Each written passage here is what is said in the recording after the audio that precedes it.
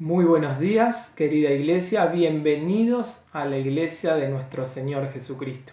Un nuevo domingo que tenemos el enorme privilegio y la enorme bendición de poder estar reunidos como su iglesia, como sus hijos, para poder congregarnos de nuestros hogares para escuchar su palabra y como predicó nuestro pastor, estar unidos a pesar de la distancia, porque estamos unidos en oración, estamos unidos en un mismo sentir, porque somos sus hijos y porque sabemos que tenemos comunión uno con otros a través de nuestro Señor Jesucristo.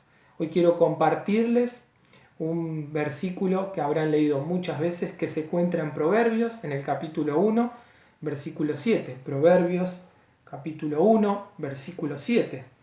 Y que dice así: el principio de la sabiduría es el temor de Jehová. El principio de la sabiduría es el temor de Jehová. Y muchas personas confunden generalmente la inteligencia con la sabiduría. Vemos que la inteligencia es la facultad de la mente. Entonces podríamos decir que la inteligencia es algo que está inherente a cada uno, es algo que nosotros traemos. La inteligencia se mide con un test que se llama IQ, que mide la capacidad de inteligencia de cada persona. Generalmente las personas promedios tienen una capacidad entre 85 y 115. Entonces podemos ver que la inteligencia es algo que nosotros poseemos. Podemos estudiar, podemos perfeccionando, crecer en conocimiento, pero el test de inteligencia, nuestra inteligencia, está basada en algo que traemos nosotros. Pero en cambio la sabiduría es la facultad de actuar con sensatez, con prudencia. Entonces vemos que hay una diferencia. La inteligencia es algo que nosotros poseemos, pero la sabiduría es un actuar, es algo que depende de nosotros a diferencia de la inteligencia. Y dice el rey Salomón, el principio de la sabiduría es el temor a Jehová. Es decir, que la sabiduría podemos alcanzarla, es algo que podemos buscar. Y para alcanzar sabiduría debemos ser temerosos de Jehová. Entonces vemos que hay una gran diferencia entre la sabiduría y la inteligencia. En un momento he puesto el ejemplo de el científico tan conocido que ya no está en este mundo, que es Stephen Hawking. Yo lo he mencionado en un momento. Él en su test de inteligencia dio uno de los resultados más altos de la historia. Habíamos dicho que el promedio iba entre 85 y 115. En su test él dio 162. Luego de los 145 una persona es extremadamente inteligente y él dio 162.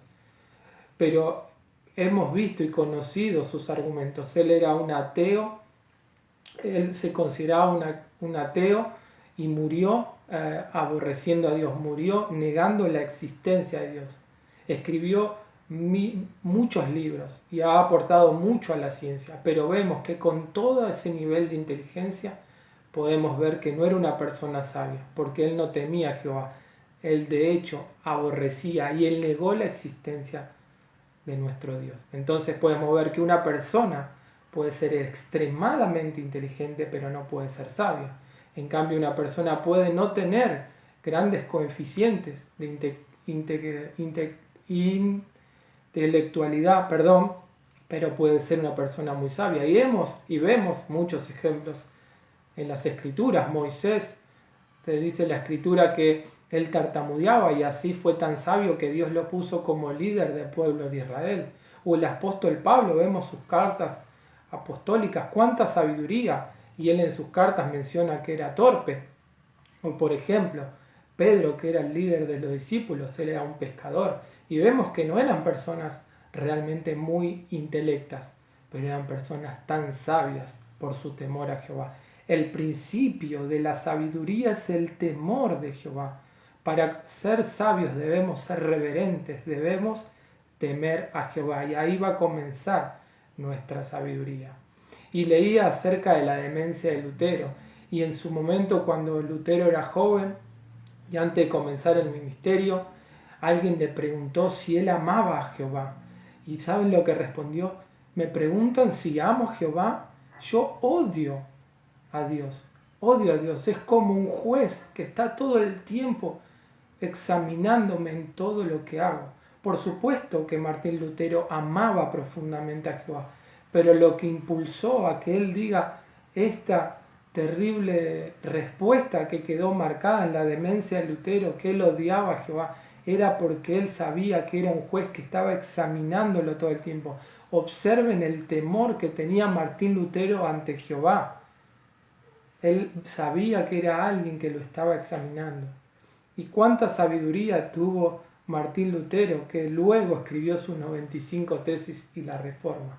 Porque el principio de la sabiduría es el temor a Jehová.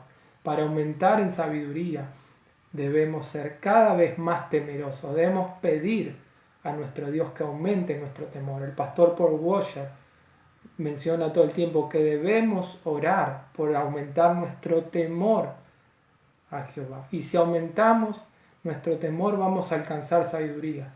Y cuanto más sabiduría alcanzamos, mejores decisiones vamos a tomar, porque vamos a cumplir la voluntad de Dios. Y cuantas mejores decisiones tomamos, nuestra vida va a ser encaminada de acuerdo al propósito de nuestro Señor. Entonces, el principio de la sabiduría es el temor a Jehová. Seamos temerosos y oremos para poder crecer en el temor de nuestro Dios y así perfeccionarnos en su palabra. Así que, hermano, espero que sea de ánimo estas palabras, que mediten y que cada día puedan orar por el temor a Jehová. El principio de la sabiduría es temer a Jehová. Debemos ser temerosos de Jehová. Y en segundo lugar, ser temerosos de Jehová. Y en tercero, ser temerosos. Pero en cuarto lugar, hombres, debemos ser temerosos de nuestras esposas. Así que voy a hacer un pedido que se me han mencionado. Quiero proponerles a que puedan enviar alguna foto, algún video de algo que hayan hecho para sus esposas o para sus madres. Cualquier hombre de la iglesia que haya hecho algo para su madre, para alguna hija o para su esposa, pueden mandar algún video, alguna foto, algo que hayan arreglado en sus hogares, y después vamos a tener una votación a ver quién fue la mejor obra o el mejor arreglo que se hizo o aquello que hicieron para sus mujeres. Así que el principio de la sabiduría es el temor a Jehová. Pero en cuarto lugar, también debemos ser temerosos de nuestras esposas. Así que, hermanos, espero que sea de ánimo y que mediten en este pasaje. Vamos a orar para encomendar la reunión. Padre Celestial, Señor, te damos gracias por este privilegio que tenemos de ser tu iglesia, Señor, de haber sido comprados por la sangre de Cristo, Señor, de haber sido redimidos, de haber sido regenerados y ahora tener un corazón nuevo, un corazón que late y que ahora siente amor por ti, Señor. Y todo fue por tu gracia, Señor, solamente por tu gracia. Que cuando estábamos muertos nos diste este nuevo sentir, Señor, nos diste vida, Señor. Y ahora sabemos que estamos en tus manos. Sabemos que no hay nada que pueda apartarnos de ti, Señor. Te damos gracias por esta salvación tan maravillosa, Señor, donde te esperamos y donde sabemos que nuestra ciudadanía, todo nuestro ser está en los cielos, Señor. Estamos esperando nuestro encuentro contigo, Señor. Gracias por el privilegio de ser tus hijos. Gracias por tu providencia, por tu cuidado, por tu sustento de cada día. Te pedimos perdón, Señor, porque fallamos a diario, pero tu misericordia es mayor. Nuestras faltas son muchas, pero tu gracia es mayor, Señor. Gracias por este tiempo en el que podemos escucharte, en el que podemos conocerte cada día un poco más. Te damos gracias, Señor, y te pedimos que nutras nuestras vidas, que tengamos corazones sensibles para escuchar tu palabra y para poder pregonar el evangelio bíblico, Señor, a todas las naciones, Señor, que podamos predicar al mundo el evangelio, Señor. Te pedimos por este tiempo, Señor, que cuides de tu iglesia, que cuides de esta enfermedad, de esta pandemia que está afectando al mundo, y que podamos ser obedientes y no negligentes, Señor. Te agradecemos por esto y pedimos por esta reunión en el nombre de Cristo Jesús. Amén. Muy buenos días, hermanos. Vamos a estar cantando para comenzar este hermoso domingo. Vine a alabar a Dios.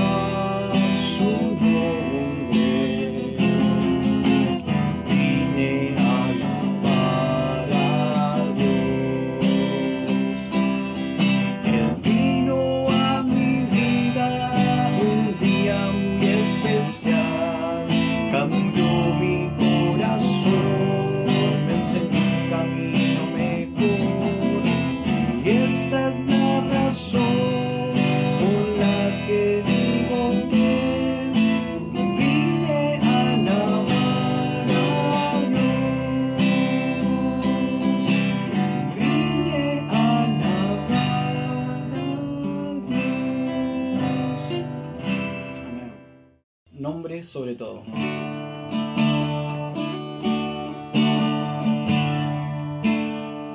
Vamos.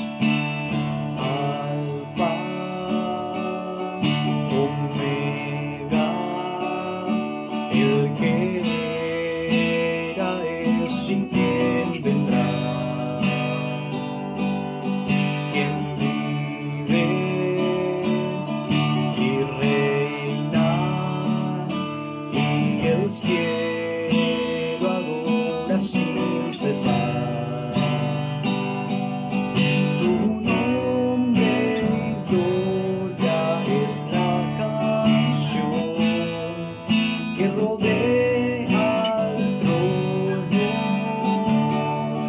Se escucha, Santo, Santo, Todopoderoso, digno es el de adoración, al Cordero que crucificado fue, sea la sobre todo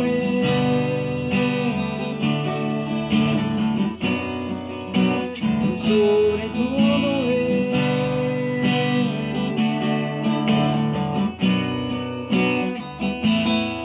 sus ojos como fuego y su rostro brilla como el sol.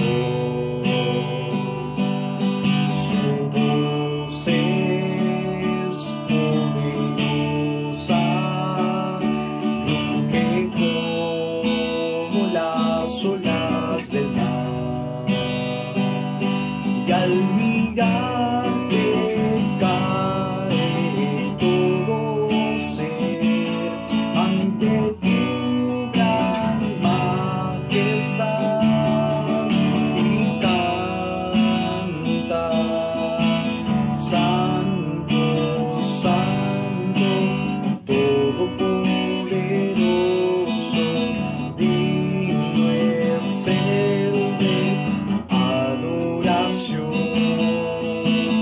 al Cordero que crucificado fue, sea la gloria a su nombre, sobre todo es, sobre todo es,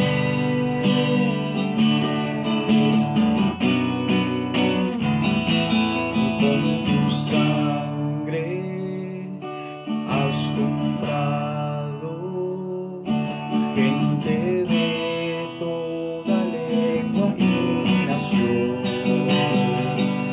toda rodilla a ti se doblará y toda lengua te confesará, Señor. Has vencido la muerte y la maldad, y en victoria reinarás por siempre. Santo, Santo, Todopoderoso, digno es el de adoración, al Cordero que crucificado fue, sea la gloria a su nombre, sobre todo es,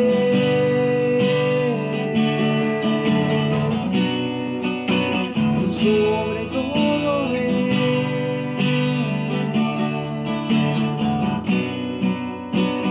sobre todo es. Iglesia Bautista Misionera de San Miguel le invita a escuchar el siguiente mensaje que edificará su fe.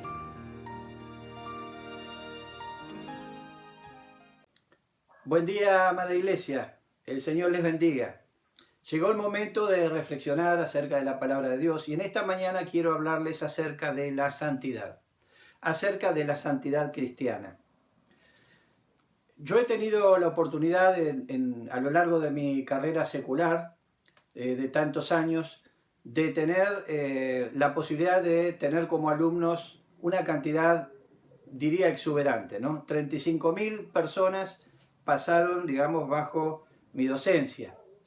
Y eso es un privilegio y también es una responsabilidad. Ahora yo quiero hablarles acerca de cuál fue la metodología que yo utilicé para comenzar el proceso de formación de mis alumnos. Y mi sistema fue que en el momento en que esos alumnos ingresaban bajo mi docencia, yo los calificaba con un 10. Es decir, si vos eras uno de mis alumnos, entonces vos tenías de entrada, una vez que yo sabía quién eras y te presentabas y vos sabías quién era yo y me presentaba, yo tenía una calificación. Y avisaba a mi alumnado que cada uno de ellos tenía un 10 de calificación. O sea, querido alumno, acabo de calificarte y tu calificación a partir de este momento es 10. Ahora, ellos debían esforzarse por mantener ese 10. Es decir, el desafío era mantener esa calificación de 10. Ya la tenían, era de ellos. Ahora había que mantenerla. Yo, por supuesto, proveía, digamos, todo lo necesario para que ellos logren el recibirse y el tener esa calificación final de 10. Que puedan mantener esa calificación y que si había alguna posibilidad de bajar la nota, que ellos pudieran mantener ese 10. Yo ponía todo mi esfuerzo y todos los elementos a mi alcance para que ellos pudieran tener un 10. Ahora, ellos podían lograr eso solamente si se esforzaban y si eran conscientes, primero, de la oportunidad que tenían, porque ya el 10 lo tenían. Y después porque tenía que ver con su esfuerzo personal, su decisión, su sabiduría personal, como para decir, bueno, yo debo esmerarme, sacrificarme, tomar decisiones, esforzarme en cuanto al manejo de mis tiempos y mis recursos para yo mantener esa calificación. Yo les colocaba exigencias, por supuesto, para que ellos pudieran lograr los objetivos, pero dependía de ellos el poder llegar a la meta de mantener ese 10 hasta el final, hasta que ellos se pudieran recibir, terminaran su proceso de formación. Y por supuesto dedicaba todo mi tiempo a que ellos lo logren, pero la responsabilidad de ellos era mantener el 10. Cuando nosotros llegamos al camino del Señor, cuando nosotros conocemos a Cristo, en el momento en que recibimos ese regalo maravilloso y que confesamos al Señor Jesucristo como nuestro único y suficiente Salvador, el Señor nos califica con 10.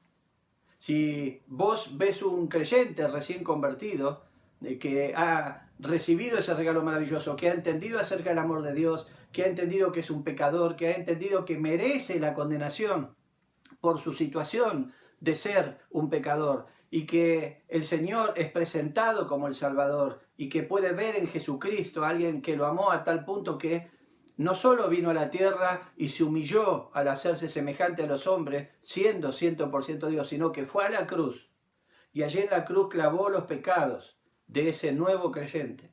Cuando ese creyente entendió eso y le pidió al Señor que le salve y se arrepintió de sus pecados y le confesó como su Señor y Salvador, en ese preciso instante Dios lo calificó con un 10. Es alguien cuyos pecados dejaron de existir delante de la presencia del Señor.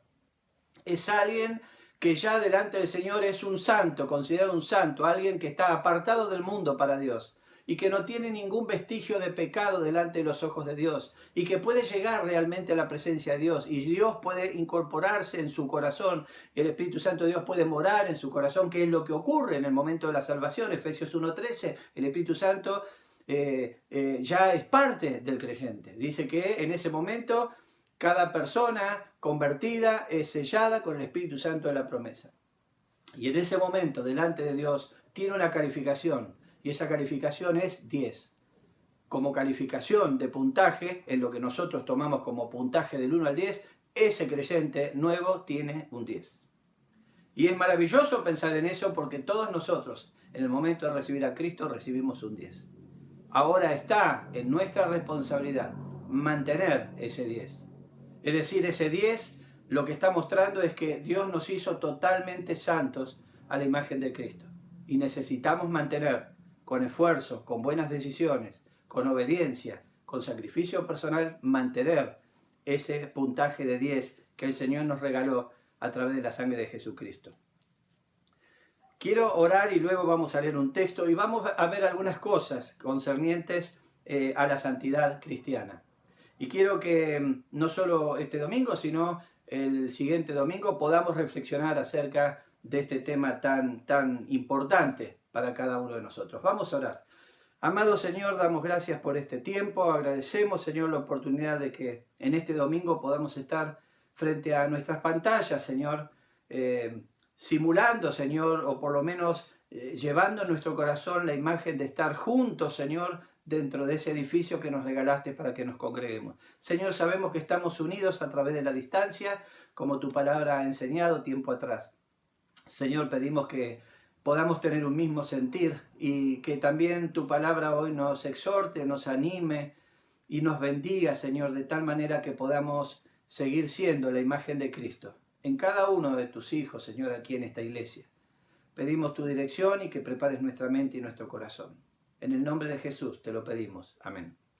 Muy bien, quiero que me acompañen a 1 Pedro, capítulo 1, versículo 13 al 16. 13, 14, 15 y 16. Si tienen sus Biblias, 1 Pedro, capítulo 1, versículo 13 al 16. Dice así la palabra de Dios.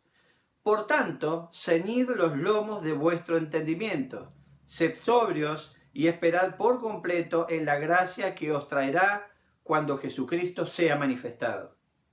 Como hijos obedientes, no os conforméis a los deseos que antes tenías estando en vuestra ignorancia, sino como aquel que os llamó es santo, sed también vosotros santos en toda vuestra manera de vivir, porque escrito está, sed santos, porque yo soy santo. Muy bien, bueno, vemos esta carta de Pedro, esta epístola, que fue escrita aproximadamente en el 63 después de Cristo. Al principio fue dirigida justamente a los judíos de la dispersión, aquellos que habían tenido que huir de distintos lugares y que estaban dispersos en todo el territorio de esa época, ¿no? Del primer siglo, y esto se enfocaba, digamos, en prácticamente todo el territorio bajo el Imperio Romano en ese momento.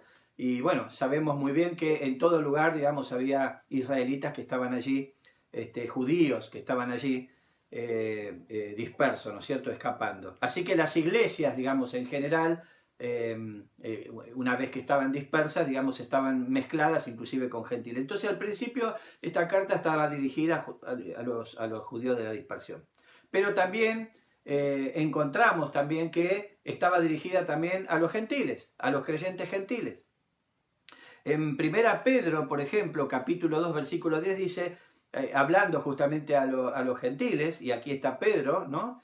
Justamente que Pedro, digamos, estaba enfocado, digamos, justamente en predicar y en llevar el evangelio, digamos, a los judíos, ¿no? Pero aquí vemos, por ejemplo, en 1 Pedro 2.10, que dice, vosotros que en otro tiempo no erais pueblo, está hablando a los gentiles, pero que ahora sois pueblo de Dios, que en otro tiempo no habías alcanzado misericordia, pero ahora habéis alcanzado misericordia, ¿no? Esto es una promesa que viene de la época donde Dios hizo esa promesa a Abraham, ¿no? Que sobre él iban a ser benditas todas las naciones. Entonces aquí tenemos esto cumplido por un lado, pero por otro lado estamos viendo que esta carta, si bien estaba enfocada hacia los judíos, también estaba enfocada hacia los gentiles. Presenta todas las verdades fundamentales de la fe cristiana. Es maravillosa y muy profunda y muy difícil, por cierto. Por ejemplo, acerca de la doctrina de la expiación, la preparación para obtener la victoria sobre el sufrimiento. De hecho, 15 veces en esta carta se nombra o se pronuncia la palabra sufrimiento. 15 veces en esta carta se pronuncia esta palabra, sufrimiento.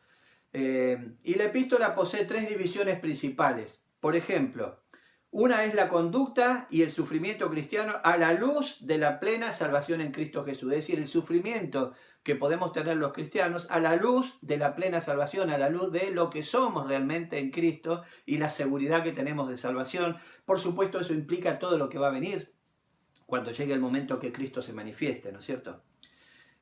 También la vida de creyente a la vista de las promesas que hay justamente de fortalecimiento, de asistencia de Dios y todo lo demás que es concerniente a la vida cristiana.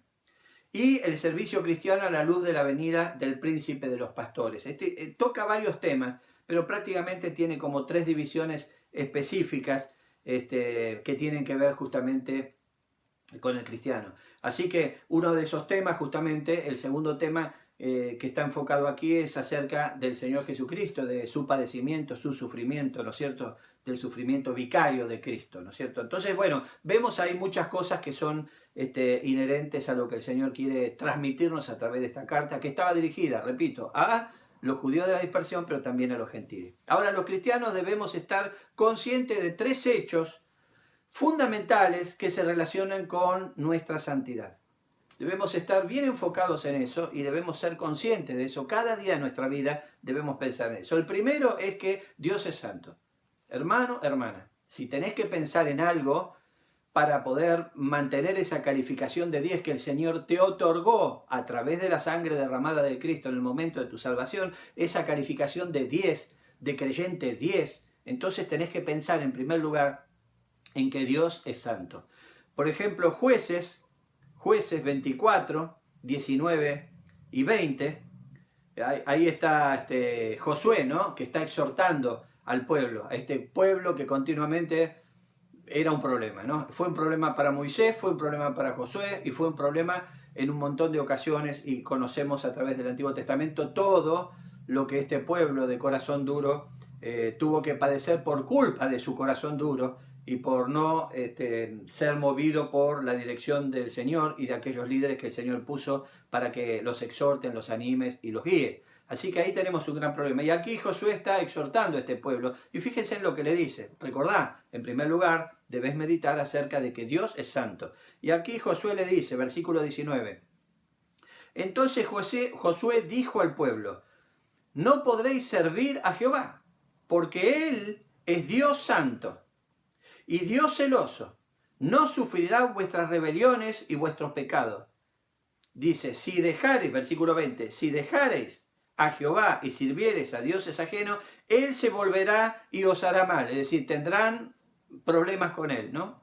Y os consumirá después que os ha hecho bien. Es decir, el Señor los va a consumir, el Señor los va a castigar después que les hizo tanto bien, ¿no? Estamos hablando ya en esta época donde ya el pueblo judío había recibido un montón de cosas de parte de Dios. Entonces, ¿qué vemos aquí? En primer lugar, recordad, en primer lugar debes meditar acerca de que Dios es santo, ¿no? ¿Y qué vemos aquí? Primero, que Dios es santo, porque acá dice, Él es Dios santo. Es Dios santo en todo su esplendor, ¿no? Entonces, lo primero que sabes es que Dios es santo, pero también que Dios reacciona contra el pecado. Dios es santo, y por ser santo, y Dios no puede dejar de ser santo porque va en contra de su naturaleza es santa, ¿no? Él es llamado santo, santo, santo. Es la cúspide, es la palabra máxima que se puede expresar acerca de la santidad. Y Él no puede dejar de ser santo, no puede tener nada que no sea santidad porque va en contra de su esencia, porque su esencia es la santidad, es uno de sus atributos. Y también Dios reacciona contra el pecado. Nunca el Señor es permisivo con el pecado del hombre, tampoco cómplice del pecado del hombre, y tampoco es superficial en cuanto a cómo enfrentar el pecado del hombre. Así que es maravilloso pensar en esto. Es por eso que el Señor, desde antes de la fundación del mundo, preparó un Salvador, y esto es Jesucristo. Entonces, en primer lugar, debes pensar que Dios es santo. En segundo lugar, es que nosotros hemos pecado, y no solo hemos pecado, sino estábamos destituidos de la gloria de Dios y no teníamos capacidad propia para acercarnos a la presencia santa de nuestro Dios, al trono santo de nuestro Dios. No teníamos posibilidad de presentarnos delante de Dios. ¿Por qué? Porque nuestro pecado, nuestra esencia pecaminosa nos impedía podernos acercar a Dios. Nuestra situación pecaminosa tiene como único resultado la muerte espiritual. Eso es el hombre. Eso es nuestro pecado original. Romanos 3:23, que es un pasaje muy conocido, dice, por cuanto todos pecaron y están destituidos de la gloria de Dios. Entonces acá está hablando que todos pecaron. Cada hombre, cada ser humano pecó. y por consiguiente está destituido de la gloria de Dios. Todos los hombres son pecadores, están privados y separados de Dios, ¿no? Entonces, lo primero que tenemos que saber es que Dios es santo, y lo segundo, que nosotros no lo somos. No lo somos. En nuestra naturaleza original no lo somos. Y en tercer lugar, es que Dios, en su inmenso amor y misericordia, propició un único y suficiente Salvador. Esto es a Jesucristo, nuestro Señor, para que mediante su muerte en la cruz, Él pagara por los pecados que teníamos que pagar nosotros. Y Él murió y resucitó para que nosotros también, en nuestra vieja naturaleza, podamos morir juntamente con Él, por fe, recibiéndole a Él, y pudiéramos resucitar nuevamente con Él. Por supuesto, el bautismo representa eso, la muerte juntamente con Cristo y la resurrección juntamente con Cristo a una nueva naturaleza, el nuevo nacimiento que se llama. Y eso vemos también en Juan 3.16, que es conocido este pasaje, ¿no? Pero siempre nos enfocamos más en Juan 3.16 que en 17 y 18, que también es inherente y completa justamente el concepto de Juan 3.16, que dice, porque de tal manera amó Dios al mundo que ha dado a su Hijo unigénito, para que todo aquel que en él cree no se pierda, mas tenga vida eterna. Porque no envió Dios a su Hijo al mundo para condenar al mundo, sino para que el mundo sea salvo por él. Ese fue el propósito que el Señor vino a la tierra. Justamente, ese es el propósito. Dice, el que en el que en él cree, tiempo presente, no es condenado, pero el que no cree ya ha sido condenado, ya estaba condenado. ¿Por qué? Por su pecado original. Ya venía condenado, ya ha sido condenado, porque no ha creído en el nombre del unigénito Hijo de Dios, ¿no? Esto le pasaba justamente a Pablo. Pablo, tenemos ahí a Saulo, ¿no? Que amaba profundamente a Dios, pero no amaba a Cristo. Y el que no ama al Hijo no puede amar al Padre, ¿no? Porque el Padre es conocido a través del Hijo. Entonces, vamos a ver algunas cosas que son interesantes de reflexionar. Porque cuando terminamos con todo eso, entonces llegamos que una vez ejecutada sobre nosotros esa condena, estaríamos, por supuesto, separados de Dios eternamente.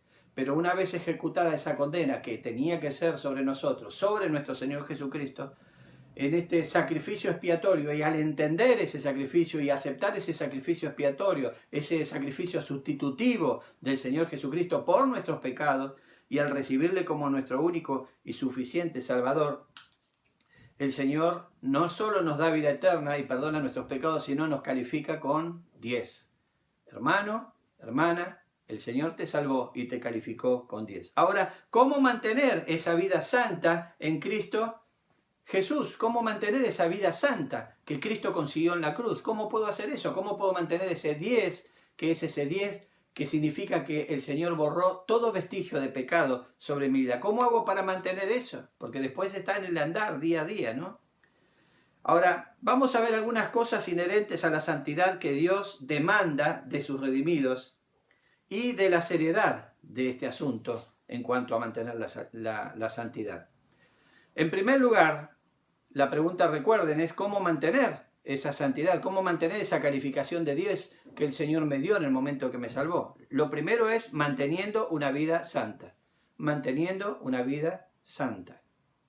Dios nos ve a nosotros, los creyentes salvados por la sangre de Jesucristo, como santos. El Señor nos ve como santos, significa nos ve con una calificación de 10. Ahora, debemos mantener esa calificación de 10. ¿Cómo lo hacemos? Bueno, manteniendo una vida santa. Quiero leer algunos versículos para animarnos a entender lo que Dios quiere realmente de nuestra vida. Quiero que me acompañen a 1 Corintios, capítulo 1, versículos 1 y 2. 1 Corintios. Sabemos acerca de esta iglesia que era una iglesia que no estaba caminando con una calificación de 10. No estaba en la santidad que Cristo consiguió en la cruz, y esa santidad que recibió cada uno de esos creyentes ahí en Corinto, de parte del Señor cuando el Señor les salvó. Cuando ellos confesaron y recibieron esa salvación y confesaron a nuestro Señor Jesucristo como único y suficiente Salvador. Sabemos que esta iglesia estaba causando dificultades en cuanto a eso y que no todos tenían un 10 como deberían tener, porque el 10 es para mantenerlo así. Por eso el Señor dice que debemos ser santos como Dios es santo. Sed, no hay acá traten de ser, eviten no ser, sino sed, es un imperativo. Y aquí vemos entonces esta iglesia, que por supuesto había muchos santos que tenían la calificación de 10 en esta iglesia, pero esta iglesia estaba mezclada con muchos que no alcanzaban ese nivel de calificación que Dios consiguió a través de Cristo en la cruz. Entonces vemos aquí en 1 Corintios capítulo 1, versículo 1 y 2, que empieza a hablar de esto. Y fíjate lo que dice: Pablo, llamado a ser apóstol de Jesucristo por voluntad de Dios, y el hermano Sóstenes. Ahí ellos se presentan y saludan con el saludo habitual siempre de Pablo, ¿no? Y está diciendo, en primer lugar, bueno, se presenta a sí mismo, dice: Pablo, llamado a ser apóstol. Él fue llamado por Dios. Sabemos que cada uno de nosotros somos llamados, como dice, conforme a su propósito, al propósito de Dios. Pablo fue llamado conforme al propósito de Dios. ¿Para qué? Para ser el apóstol de los gentiles, llamado a ser apóstol de Jesucristo por voluntad de Dios. Es el Señor que te llama con ese propósito que Él preparó desde antes de la fundación del mundo. Entonces, llamado a ser apóstol. Y el hermano Sóstenes, el hermano que estaba al lado de él, dice: a la iglesia de Dios que está en Corinto. Cuando pensamos en esa iglesia, los cristianos pensamos, bueno, 1 Corintios, 2 Corintios, y hay 2 cartas, digamos, no canónicas, ¿no?, que Pablo escribió también en su momento, pero hablando de las cartas canónicas, que son las que nosotros tenemos en las Escrituras y las que tienen valor, digamos, bíblico, ¿no? Sabemos que cuando pensamos en esa iglesia, pensamos en una iglesia problemática. Cualquiera de nosotros llegaría a la conclusión de que era una iglesia que en su conjunto, como testimonio eclesiástico de iglesia local, no era una iglesia que podría calificarse como 10, con 10 puntos. Sin embargo, fíjate aquí, a la iglesia de Dios, era la iglesia de Dios, es la iglesia de Dios, aún con sus imperfecciones, a la iglesia de Dios que está en Corinto. Y después dice, a los santificados en Cristo Jesús. Está hablando a los santificados en Cristo Jesús. Algunos entendidos asumen con esto que Pablo escribe esta carta, digamos, a los espirituales, a los maduros, a los responsables, a los que tienen calificación de 10 espiritualmente hablando, para que ellos se enfoquen en la solución de enfrentar justamente las actitudes inapropiadas que había dentro de la iglesia, ¿no? Pero no obstante eso, dice, a los santificados en Cristo Jesús. Y fíjate lo que dice, llamados a ser santos. Hay una cosa importante que tenemos que entender, hermano y hermana. Dios nos llama conforme a su propósito. Esto significa 2 cosas. Una significa que cada uno de nosotros tiene un propósito en la mente y el corazón de Dios desde antes de la fundación del mundo. Aquí Pablo dice, llamado a ser apóstol de Jesucristo por voluntad de Dios. Conocemos muy bien cuando el Señor habla de que a uno los llamó a ser apóstoles, a otros pastores, a otros maestros y así sucesivamente, a otros evangelistas, ¿no? El Señor da los ministerios. Entonces, conforme a su propósito, el Señor llama. Y seguramente el Señor te llamó conforme a su propósito. Y quizás sabes cuál es su propósito, quizás todavía no lo sabes, pero hay un propósito por el cual el Señor te llamó a salvación. Y es un propósito que no empezó cuando vos conociste a Cristo, sino empezó antes de la fundación del mundo. Entonces tenés que pensar en este propósito. Ese es uno de los puntos cuando dice conforme al propósito, llamados conforme al propósito de Dios. Pero hay una cosa que es inherente a todos. Dios llama a cada uno con un propósito específico para cada uno. Pero hay un llamado que es para todos, sin excepción. Y este es llamados a ser santos. Llamados a ser santos. Entonces vemos por un lado aquí el contraste, ¿no? Pablo dice, llamado a ser apóstol de Jesucristo por la voluntad de Dios, ¿no? Ahí vemos un propósito, el propósito ministerial, el propósito específico que Dios te puso dentro del cuerpo de Cristo. Porque dentro del cuerpo de Cristo hay uno que es oído, hay uno que es ojo, hay uno que es nariz, hay uno que es hombro, hay uno que es codo, hay uno que es dedo pulgar, dedo índice. Cada parte del cuerpo de Cristo fue llamado y puesto allí con un propósito. Hay un propósito. Y el cuerpo funciona cuando cada parte del cuerpo está haciendo lo que debe hacer y no está ausente de su responsabilidad dentro del cuerpo. Eso es lo que es llamado a ser apóstol, ¿no?, de Jesucristo por voluntad de Dios, llamado a ser pastor de Jesucristo por voluntad de Dios, llamado a ser mantenimiento, llamado a ser maestro de niños, llamado a ser equipo de limpieza, llamado a ser lo que fuere dentro del cuerpo de Cristo local que vos desarrollás. Dios te llamó para algo especial y por supuesto a todos los llamó a evangelizar.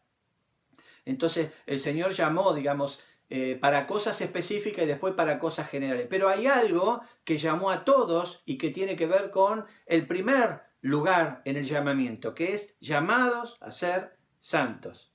Dice, y fíjate lo que dice después, con todos los que en cualquier lugar invocan el nombre de nuestro Señor Jesucristo, Señor de ellos y nuestro. Entonces está hablando aquí, llamados a ser santos, con todos los demás, con todas las demás iglesias, con todo el cuerpo de Cristo. ¿El cuerpo de Cristo qué es? Todos los creyentes de todos los tiempos, pasados, presentes, inclusive futuros, que han sido llamados conforme al propósito de Dios desde antes de la fundación del mundo, elegidos para salvación, ¿no?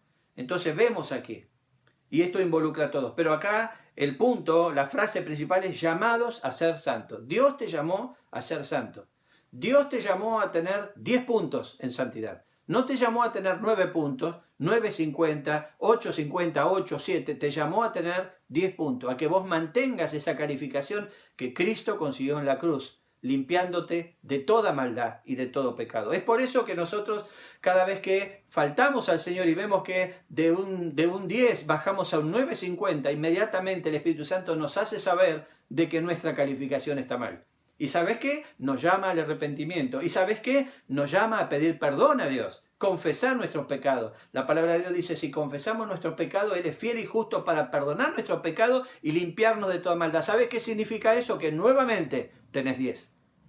Entonces es necesario, en primer lugar, no bajar a 9.50. Y en segundo lugar, si llegaras a bajar a 9.50, nuevamente confesar esto delante del Señor y pedir perdón. Y el Señor, ¿sabes qué? Nuevamente te sube la calificación a 10. Porque lo que quiere el Señor es mantener tu calificación en 10. Ese 10 que Cristo consiguió en la cruz, ese 10 que Cristo sigue concediendo a sus redimidos, y ese 10 que es el regalo que el Señor nos dio en el momento que no teníamos ningún puntaje, estábamos 0,0 y el Señor nos regaló un 10. Después en 1 Corintios 3, 16 y 17, fíjate lo que dice. ¿No sabéis que sois templo de Dios? Quiero detenerme ahí y permitirme hacer esta pregunta, quizás una pregunta retórica para la mayoría. Acá dice, ¿no sabéis que sois templo de Dios? ¿Vos te imaginás Dios morando en algo que no tenga santidad? ¿Por qué crees que cuando habla del Espíritu Santo, que mora en cada uno de los creyentes, como dice Efesios 1:13, por qué crees que la palabra de Dios dice que Él se entristece? El Espíritu Santo no es un vapor, un poder o algo por el estilo que anda por el aire ahí. Es una persona, así como Cristo y también como Dios Padre. Y dice que una de las cosas que hacemos cuando nosotros bajamos la calificación de 10 a 9.99 es entristecer al Espíritu Santo. ¿Por qué crees que eso ocurre? Porque Dios no puede morar en un lugar que no tiene santidad. Entonces necesitamos cuidar el templo del Espíritu Santo en plena santidad. No podemos jugar con eso y debemos esmerarnos por hacer eso. Por eso si nos equivocamos, si pecamos, aún en lo más ínfimo, debemos confesar ese pecado al Señor. ¿Para qué? Para que nuevamente tengamos la calificación de 10. Porque esa calificación de 10 solamente la mantiene el Señor Jesucristo, con su sacrificio, que fue de una vez y para siempre. Entonces, ¿no sabéis que sois templo de Dios y que el Espíritu de Dios mora en vosotros? Textualmente está diciendo, sos templo de Dios y el Espíritu Santo de Dios mora en vos. Entonces, ¿qué desafío nos provoca o nos presenta justamente esta realidad? Que debemos cuidar el templo del Espíritu Santo, el templo donde Dios mora a través de su Espíritu. Versículo 17, si alguno destruyere el templo de Dios, Dios le destruirá a él. Esto significa, si vos no cuidás tu santidad, si vos sos una persona irreverente, si sos una persona que vive de cualquier manera, bueno, no perdés tu salvación, pero ¿sabes qué? Dios puede quitarte la vida. ¿Por qué? Porque no estás cuidando la santidad que el Señor consiguió en la cruz. Y seguramente quizás puedas llegar a ser salvo. Quizás sos un creyente inmaduro, quizás sos un creyente sin compromiso, quizás sos un creyente que camina continuamente del 10 al 8, del 10 al 7, del 10 al 9, del 10 al 9.50 y nunca estás luchando para mantener el 10. Y si vos estás destruyendo, estás contaminando, estás perjudicando, estás manchando el templo donde el Espíritu Santo de Dios debe morar entonces el Señor va a tener cartas en el asunto. Recordar lo que Josué le dijo al pueblo israelita, ¿no? Al pueblo judío. Le dijo, el Señor no va a quedar quieto si ustedes son irreverentes, ¿no? Así que mucho cuidado con todo eso. Y después dice, si alguno destruyera el templo de Dios, Dios les destruirá a él, dice. Porque el templo de Dios, el cual sois vosotros, santo es. El templo de Dios, el templo de Dios. ¿Cuál templo de Dios? El cual sois vosotros. Hermano, hermana, vos sos el templo del Espíritu Santo, el templo de Dios. Porque acá fíjate lo que dice, estamos hablando del templo del Espíritu Santo, ¿no? Pero acá dice, porque el templo de Dios, el Espíritu Santo, Dios mismo, el templo de Dios, el cual sois vosotros, santo es. No puede ser de otra manera, es santo. Dios no puede morar, no puede habitar en un lugar corrompido. En 1 Corintios 6:2, versículo 2 de 1 Corintios capítulo 6, dice así, fíjate lo que dice. ¿O no sabéis que los santos han de juzgar al mundo, y que si el mundo ha de ser juzgado por vosotros, sois indignos de juzgar cosas pequeñas?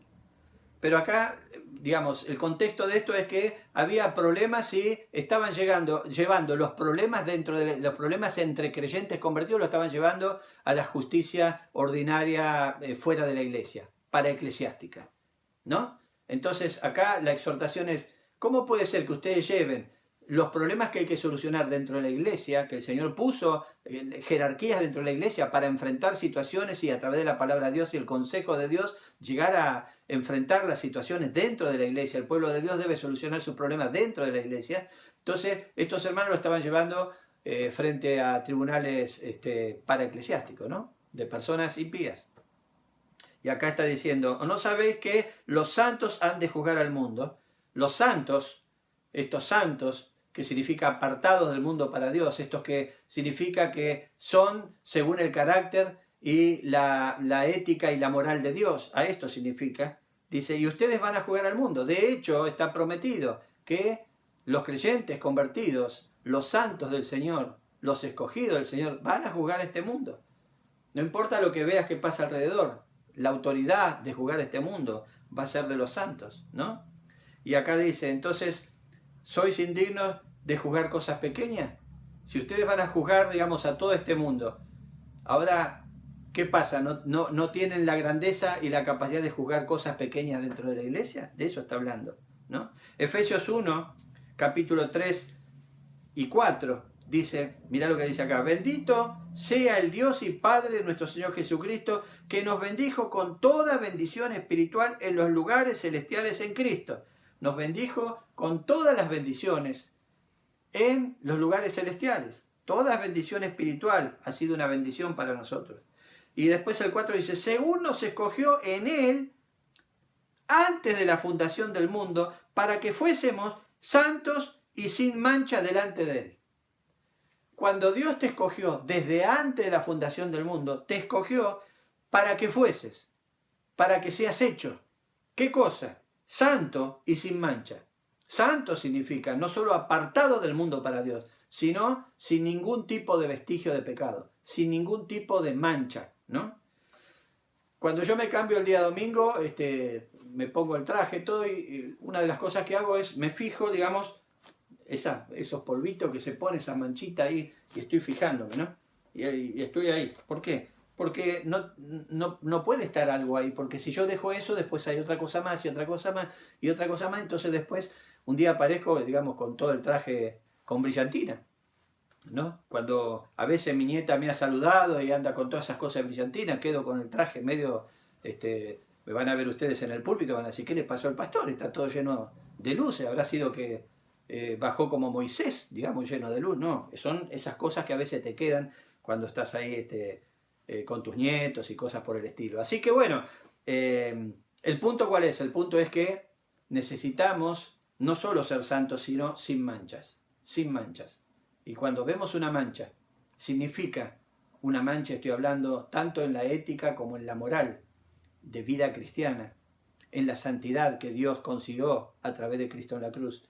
Cuando vemos que hay una pequeña partícula de polvito, quiere decir que no tenemos un 10, que estamos en un 9,99. Y tenemos que confesar eso y quitarlo de nuestra vida. Y si hay algo que podemos quitar de nuestra vida para mantener el 10, hagámoslo. Y si vemos la manchita ahí, pidamos perdón al Señor. Arrepentámonos, saquemos eso y digamos, Señor, perdóname, porque yo quiero tener un 10. No quiero bajar menos de 10. No quiero un 9,99, quiero un 10. Porque vos en la cruz conseguiste un 10. Y quiero mantener esa santidad. Esa santidad que es la misma que tiene nuestro Padre Celestial. Sed santos, porque yo soy santo. Y es maravilloso pensar en esto. Entonces dice, santos y sin mancha, delante de Él, delante de Dios, ¿no? Efesios 4, 11 y 12, dice así, Efesios capítulo 4, versículo 11 y 12. Y Él mismo constituyó a unos apóstoles, está hablando del Señor Jesucristo, ¿no? Y Él mismo constituyó a unos apóstoles, a otros profetas, a otros evangelistas y a otros pastores y maestros, a fin de perfeccionar a quienes, a los santos. Perfeccionar a los santos. Es decir, ya son santos, ya tienen un número 10, pero el Señor preparó personas para perfeccionar ese número 10. Y esto te lleva a pensar en lo siguiente. Imagínate que tenés un diamante. Es un diamante, una piedra de diamante hermosa, en bruto. Es un diamante. Y aún estando en bruto tiene un valor incalculable. Imagínate un buen pedazo de diamante así, ¿no? Ya es diamante. Y nada puede cambiar eso. Es un diamante. Y ya tiene un valor por ser un diamante. Y es lo que pasa con el creyente una vez que el Señor le salva. Pero ¿sabes qué? Ese hermoso diamante aún puede ser pulido. Puede ser abrillantado. Puede ser formado. De tal manera que no solo sea un diamante con ese precioso valor que representa, sino aparte sea hermoso. Y acá dice, a fin de perfeccionar a los santos. Es decir, ya son santos, ya son apartados del mundo para Dios, ya son a imagen de Dios, porque Dios es santo y Él pretende que seamos santos nosotros, exige, demanda de que nosotros seamos santos, porque Él nos consiguió esa santidad a través de Cristo que pagó por nuestros pecados. Entonces, a fin de perfeccionar a los santos, no solo son santos, sino que se pueden perfeccionar. Pueden pasar de un 10 a un 10,50. Ah, pastor, pero no existe esa calificación, llega hasta 10. No importa, pero cuando vos le agregás brillo al 10, vos decís un 10 sobresaliente, un 10 excelente, un 10, si hubiera un 20 le pondría un 20. Eso es lo que el Señor quiere de cada cristiano, pero por lo menos no bajar de 10, que es lo que Cristo consiguió en la cruz. A fin de perfeccionar a los santos, para la obra del ministerio, para la edificación del cuerpo de Cristo.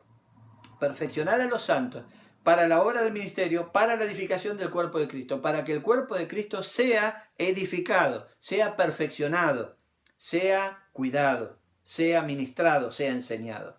Efesios 6, capítulo 6, versículos 17 y 18 dice, y tomad el yelmo de la salvación y la espada del Espíritu, que es la palabra de Dios, orando en todo tiempo, con toda oración y súplica en el Espíritu Santo, y velando en ello con toda perseverancia y súplica por todos los santos. Orando por todos los santos. Es decir, la iglesia está intercediendo, debe interceder en oración, con toda oración y súplica, ¿por quiénes? Por todos nuestros hermanos en Cristo. ¿Y para qué? Para que ellos puedan ser santos, porque Dios es santo. Y para eso, para poder lograr eso y para poder hacer ese trabajo de intercesión por nuestros hermanos que tanto amamos, debemos caminar en santidad. Debemos caminar en santidad. Filipenses 4, fíjate lo que dice Filipenses 4, versículo 19 al 23, podríamos decir. Dice así, Filipenses 4, 19. Mi Dios pues suplirá todo lo que os falta conforme a su riqueza en gloria en Cristo Jesús. Mi Dios suplirá todo lo que les falte. Estudiamos Filipenses, ¿no? Y estos hermanos habían sido tan buenos, ya vimos que se comprometieron con la obra misionera, con Pablo apoyándolo, lo amaban a Pablo a la distancia, estaban unidos a Pablo a la distancia. Estudiamos todo eso al final de la carta a los Filipenses, ¿no? Y acá Pablo está diciendo justamente, mi Dios pues suplirá todo lo que os falte conforme a su riqueza en gloria en Cristo Jesús. Mirá si tiene Dios para bendecir a los hermanos fieles, ¿no? Y el 20 dice, al Dios y Padre nuestro sea gloria por los siglos de los siglos. Saludad a todos los santos en Cristo Jesús. ¿Recuerdan que vimos eso? Saludad a todos los santos en Cristo Jesús. Los santos solamente son santos en Cristo Jesús. Y no necesitas que te canonicen para ser un santo. sos un santo en el preciso instante en que el Señor te salvó. Una vez que tus pecados fueron borrados, pasaste a ser un santo. Porque Dios no está diciendo a cierto nivel eclesiástico, autoridad eclesiástica, o a ciertas personas con ciertas condiciones que sean llamados santos. Dios llama santo a aquellos a los que el pecado le fue borrado por la fe en la obra de Cristo en la cruz. O sea, mi querido hermano, mi querida hermana, sos un santo, sos una santa. Saludad a todos los santos en Cristo Jesús. Los hermanos que están conmigo saludan. Todos los santos os saludan. Todos los santos os saludan. No solo Pablo, que obviamente era el apóstol, sino todos los hermanos que estaban allí en el equipo de Pablo. Todos los hermanos saludan. Y los hermanos comunes y corrientes, laicos, que quizás no eran ni pastores, ni diáconos, ni por supuesto apóstoles, ¿no? Pero dice, todos los santos os saludan. Y especialmente de la casa de César, los hermanos, los creyentes convertidos, apartados del mundo para Dios y que caminaban en santidad. La gracia de nuestro Señor Jesucristo sea con todos vosotros. Amén. Y ahí está, ¿no? Nuevamente la santidad. Entonces, el tema de la santidad es algo muy importante, trascendental en la vida del cristiano convertido. Necesitas pensar y meditar en la santidad. Colosenses 1:12 dice, con gozo, dando gracias a Dios Padre, que nos hizo aptos para participar de la herencia de todos los santos. O sea, Dios nos hizo aptos para que podamos participar de la herencia que tienen todos los santos, todos los creyentes. A mí me hizo partícipe de la herencia que tienen aquellos que me evangelizaron previamente a mí. Y partícipe de todas las bendiciones que están en la gloria allí, juntamente con el Señor Jesucristo. De hecho, somos coherederos juntamente con Cristo, ¿no? Así que es maravilloso. Y después Colosenses 1, 21 y 22 dice, y a vosotros también, que eras en otro tiempo extraños y enemigos en vuestra mente. A vosotros, está hablando de los colosenses, ustedes colosenses, que en otro tiempo, digamos, eran extraños, no eran conocidos. Yo tengo hermanos en la iglesia que parece que los conociera de toda la vida y fueron salvos no hace mucho tiempo. Y ahora son como de toda la vida, no puedo vivir sin ellos, ¿no? Y a vosotros también, que eras en otro tiempo extraños y enemigos en vuestra mente, enemigos de Dios, enemigos de la iglesia, enemigos del evangelio, ¿no? ¿O no recordás eso, hermano, hermana, antes que el Señor te salvara? Haciendo malas obras, ahora os ha reconciliado. Ahora ya son diferentes. Ahora tienen otro corazón, otra mente, otra manera de pensar. Dice, os ha reconciliado en su cuerpo de carne, pues está hablando de Jesucristo, lo que hizo Jesucristo. Voy a leerlo ahora a partir de la coma, ¿no? Dice, de la tercera coma. Ahora os ha reconciliado en su cuerpo de carne, por medio de la muerte, para presentaros santos y sin mancha e irreprensibles delante de Dios. ¿No? Y acá ¿qué vemos? Vemos santos, apartados del mundo para Dios. Apartado del mundo significa tanto en lo ético como en lo moral.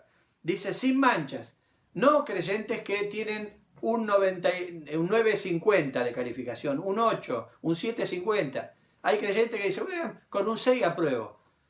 Hermano, inclusive vas a llegar al cielo, si realmente reconociste a Jesús como tu único y suficiente Salvador, vas a llegar al cielo con un 1.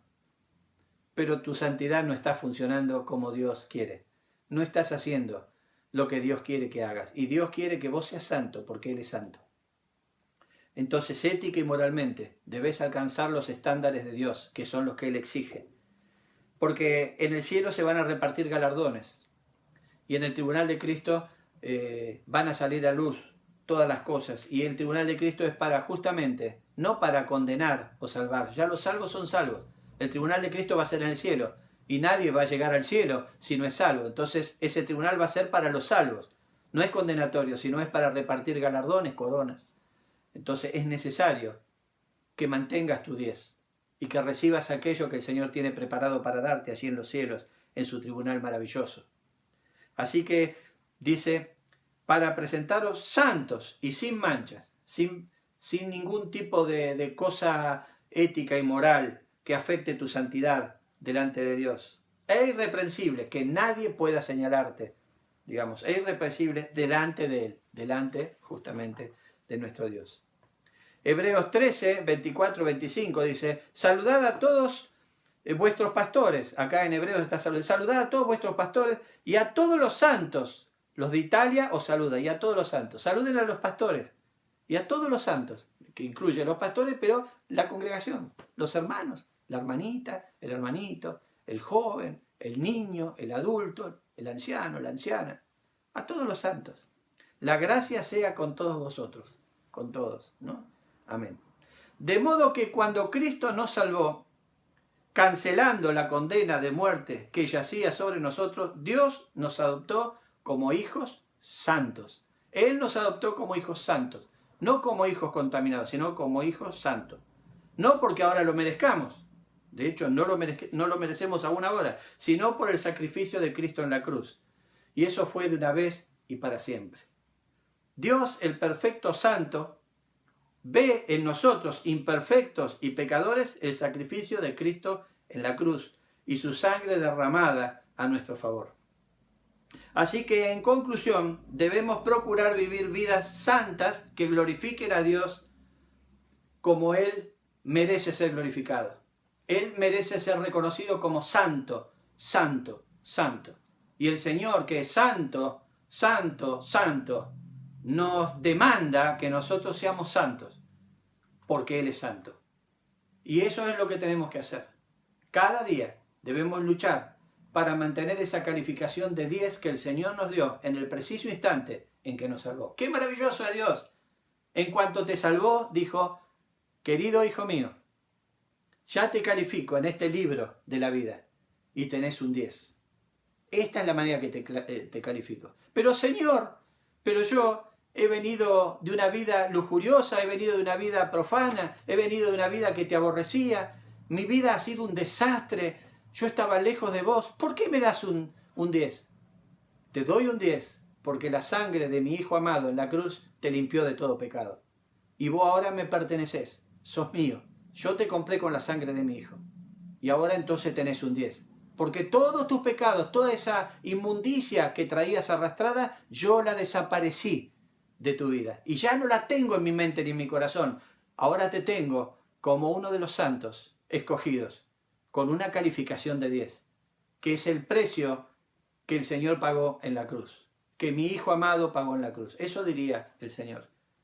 Y cuando pensás en eso, inevitablemente te nace la responsabilidad de cuidar de esa santidad. Dios al adoptarnos nos calificó con 10 puntos. Debemos esforzarnos por mantener esa calificación regalada por Dios y conseguida por Cristo en la cruz. No tenemos opción. No hagamos esto con el Señor.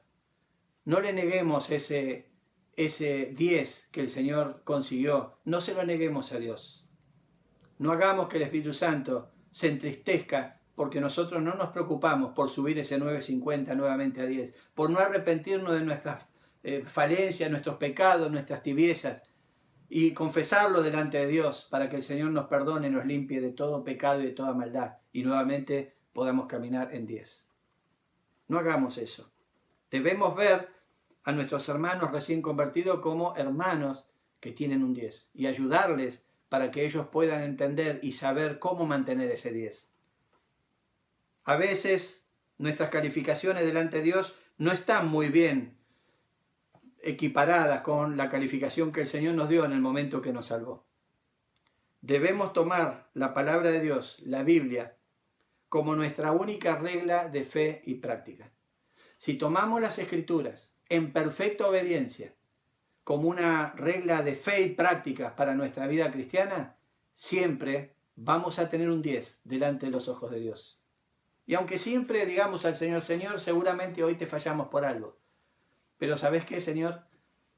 No queremos fallarte y queremos que nos perdones. No solo sobre algo que reconocemos puntualmente y lo confesamos puntualmente, sino a veces cosas que no nos damos cuenta.